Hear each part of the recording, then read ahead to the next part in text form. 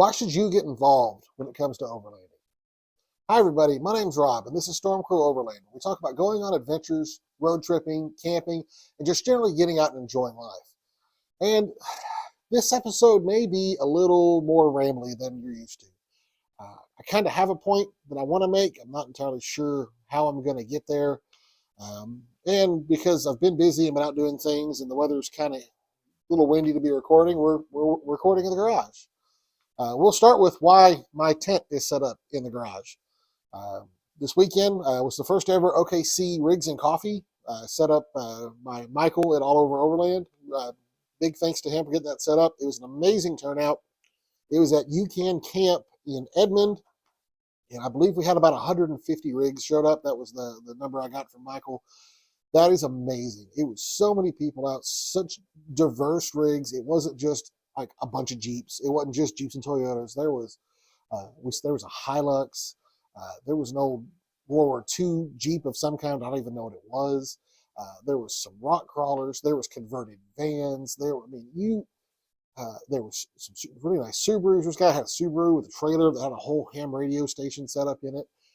There was realistically a little bit of everything, and a little bit of budget-wise too, all over the place. There was guys that had rigs that probably cost less than $2,000.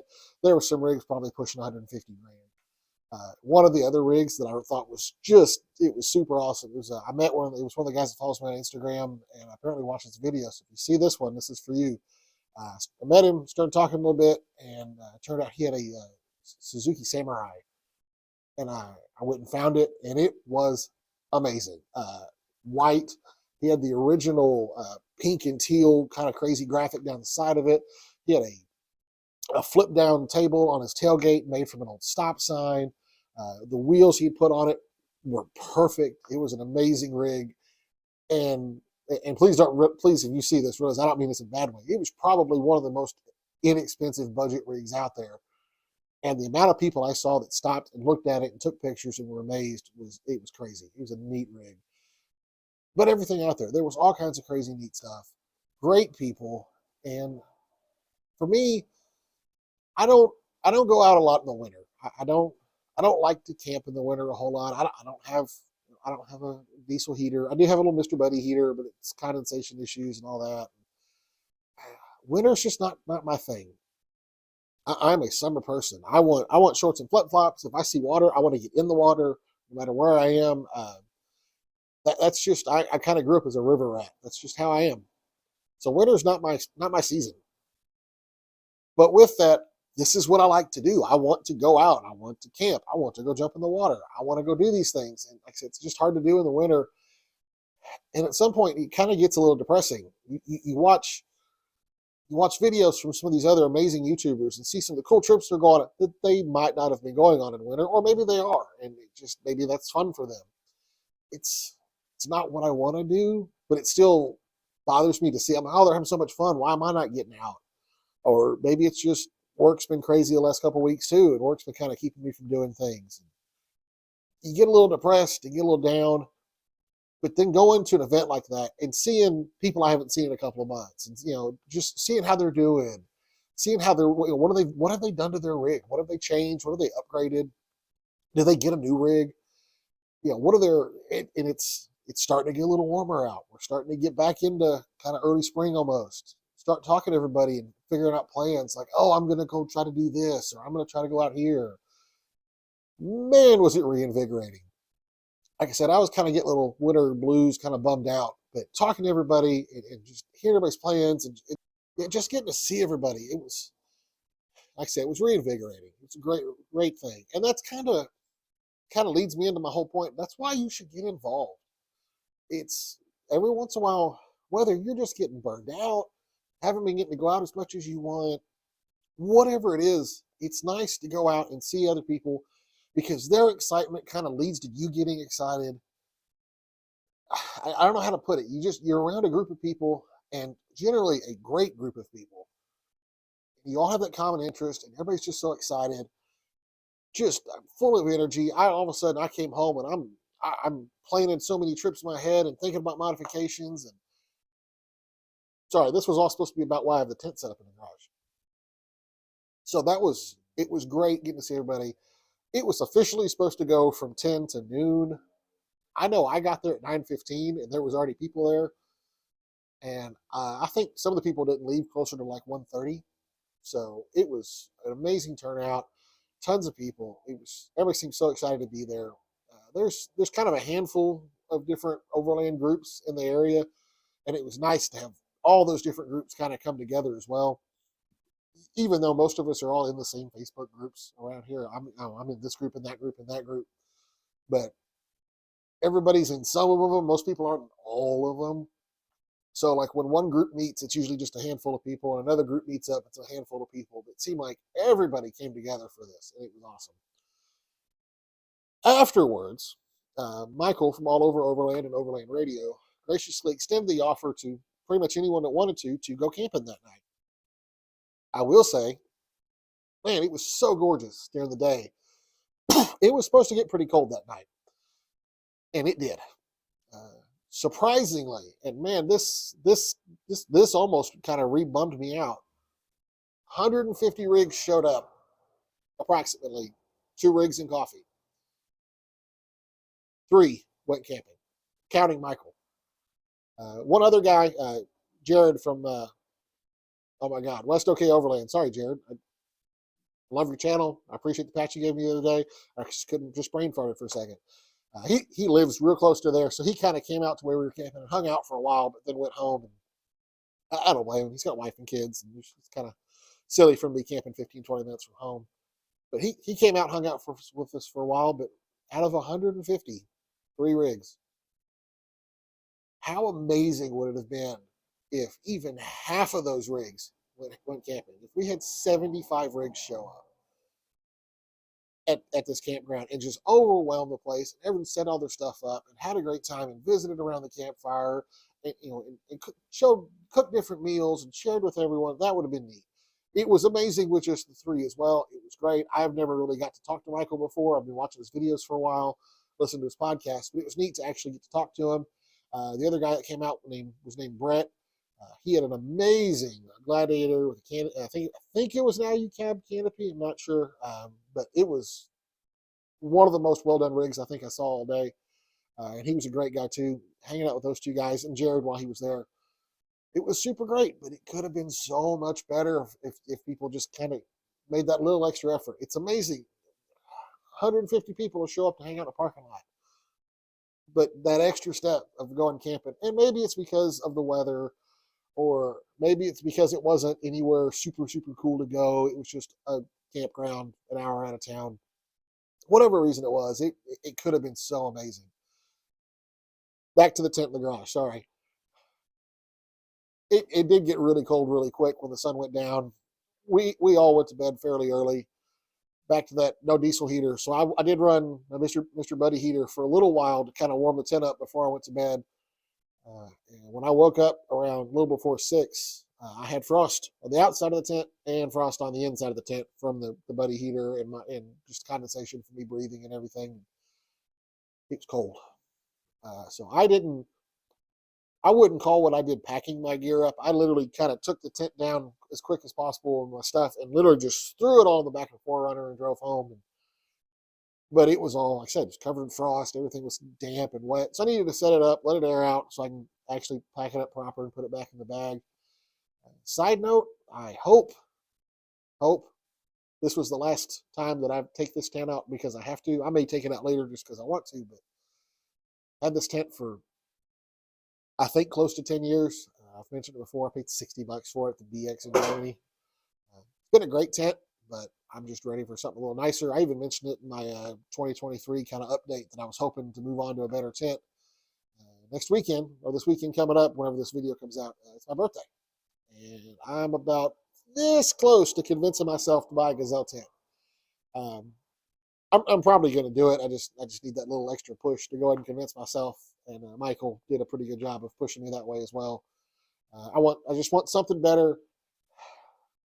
Nothing against him. I'm just not in a position where a rooftop tent is the right choice for me right now. They're amazing. I don't think I'd get my money's worth out. I don't get to go out as much as I want. I think a Gazelle would be about perfect.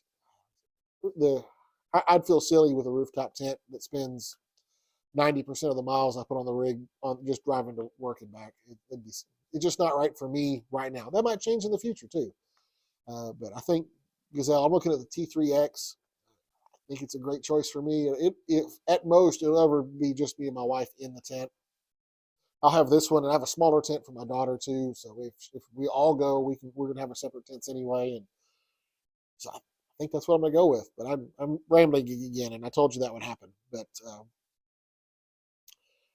I just I can't overstate how important I think it is to go out and get involved, whether it's joining a local off-road group or just an Overland Facebook group in your area. I think joining a big group like, and I'm just going to randomly name a few, like the Budget Overland group or Fletch's newbie Overlander group. Those are great, but I think you need to really get those connections. You need to get involved at a more local level. I know here in town we have, or at least in the state here, we have OKC Overland, which I'm a member of, and I have been from the beginning. I love them. Those are my guys.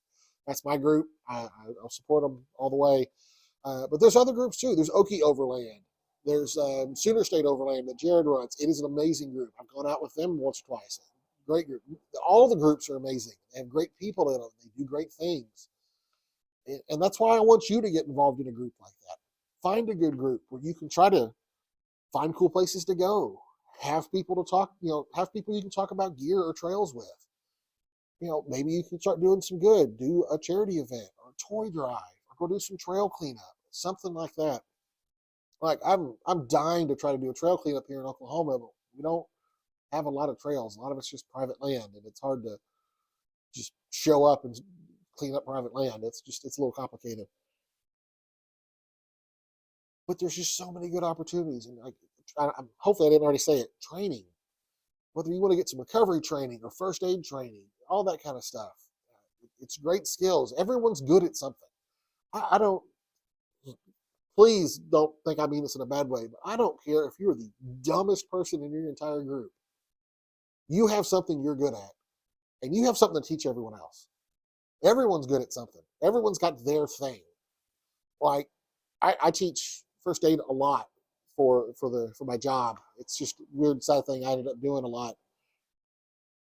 And I was kind of gearing up to teach that, at one of our Oklahoma City Overland outings. And then I found out one of the other guys is a paramedic. And I'm like, oh, cool. You teach it. This is your thing.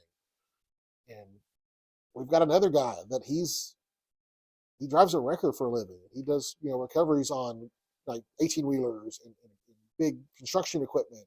And he was like, oh, yeah, this is easy. I can teach you.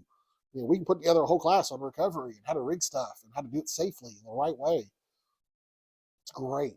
Just the more knowledge we can share and skills we can share, the more we're all going to be able to go do more stuff, the more fun we can go have. And I don't know if you're like me, but I like learning stuff. I don't always want to be around people. And like I said, even at the Rigs and Coffee with the 150 rigs, that was just kind of not getting pretty personal here, but that's a little overwhelming for me. It's too many people. I kind of just found the people I knew and sort of just hung out with them and occasionally said hi to other people, which is not always great. That's something I need to work on and do better on. But even then, it's so great to be able to connect with people, learn, just figure out, why did you build your rig this way instead of this way? Why do you prefer this trail over that trail? Or what cool campsites do you know that I don't know about? Or, what can I learn from you? What can you learn from me? It's a trade-off. And at the end, this is almost like, I'm talking a lot about what you can get out of this, but a big part of getting involved is giving back. It's showing up to do that trail cleanup. It's putting in a little effort to put together a 15, 20-minute class on tread lightly principles. Or, sorry, I got to wave at my buddy Carlos. Yeah, spend 15, 20 minutes putting together a class on some basic wilderness first aid, or how to use your winch properly, or when are traction boards appropriate to use and not appropriate, when's the winch versus traction board, stuff like that. And, this is stuff you can get a lot out of, but it's also a great opportunity where you can start giving back. And that's almost more fun in a weird way. It's work, But man, it's so cool to teach a class over something and then afterwards start talking to somebody and they're like, oh, I didn't realize this. I could have used this before, or I'm going to remember this for next time that happens. As much as it's neat to get from these things, the giving back is even better. You just don't always realize it at the moment. It doesn't seem like it because you're like, oh, it's work, or I got to organize this or plan this. You can get a lot out of it. So get involved. Find those local groups. Find, if you can't find a local group, maybe start one. That's a lot to ask, but if you can't find a local group and you really just aren't the type to start one, get involved in one of the bigger groups. Like I said, one of the ones I mentioned earlier, or just something like that. Go from there, and you might start finding some other people, and a group might kind of grow organically around that. Whatever it takes, go out there, connect with people, learn, and eventually start giving back. Hopefully this wasn't too rambly.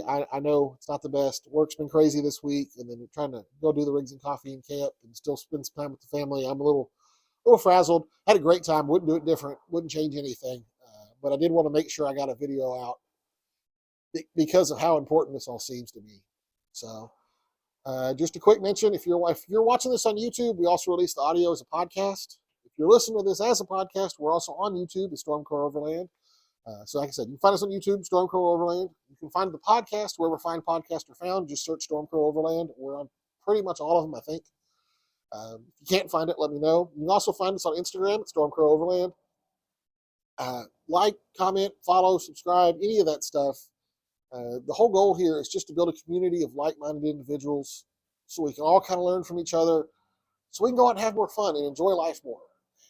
Sometimes that enjoying life involves hanging out with other people and getting re-energized from their energy. We're at, I think, 36 subscribers last time I looked. Still plan on doing that Onyx Premium membership giveaway when we get to 50 subscribers. Not entirely sure how we're going to run that yet, but we'll get to it when we get there. We have been seeing nice, slow, steady growth of the channel and Instagram, but I'd appreciate if you could share it, try to get some more people involved. If you know somebody you think would like this, send it their way just to see what they think. And if you've got any good comments for me, criticism, hey, I've got a thick skin, go for it. It's just something I'm doing for fun. You're not going to hurt my feelings. So with that all said, sometimes you've really got to go out and get lost so you can find yourself. Thanks for watching, everybody.